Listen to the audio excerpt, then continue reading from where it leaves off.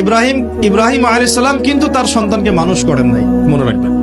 তিনি মাঝে মাঝে আসতেন, যাওয়া আসা করতেন, কারণ তার আরেকটা পরিবার ছিল সিরিয়ায়। সারা আলাইহিস সালাম, তার আরেকটা পরিবার ছিল, 2 স্ত্রী। তো তাকে মানুষ করেছেন কিন্তু তার মা হাজারা আলাইহিস সালাম। কোন মা? যেই মাকে ইব্রাহিম রেখে আসছেন কাবা ঘরে, মনে আছে? খাবারও ছিল না, পানিও ছিল না।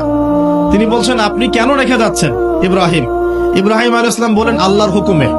এখন এই মা বলছেন যে যদি আপনি আল্লাহর হুকুমে আমাকে রেখে যান, আমাদেরকে রেখে যান, ইনশাআল্লাহ আল্লাহ পাক আমাদেরকে ফেলে দিবেন না। তো এই মায়ের গর্ভ থেকে ইসমাইল হবে না তো কি আমাদের মা বোনদের গর্ভ থেকে ইসমাইল হবে?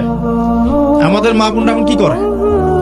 সারাদিন যে মুভিজ, এই যে সিরিয়ালস, স্বামীকে সম্পত্তির জন্য প্যারা দিতে দিতে স্বামীর হার্ট স্ট্রোক করে ফেলে।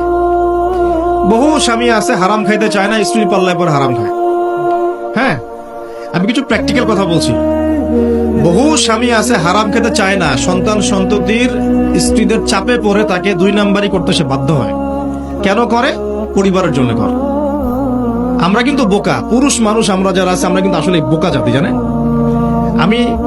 আমার বয়স অনেক কম যদিও আপনাদের চাইতে, তবে আমি কিছু বিষয় ফিল করেছি আমার লাইফে, যেটা আমি মনে করি আলহামদুলিল্লাহ আল্লাহ পাক আমাকে নিয়ামত দিয়েছে। যেমন আমি ফিল করেছি আমার লাইফে যে মানুষের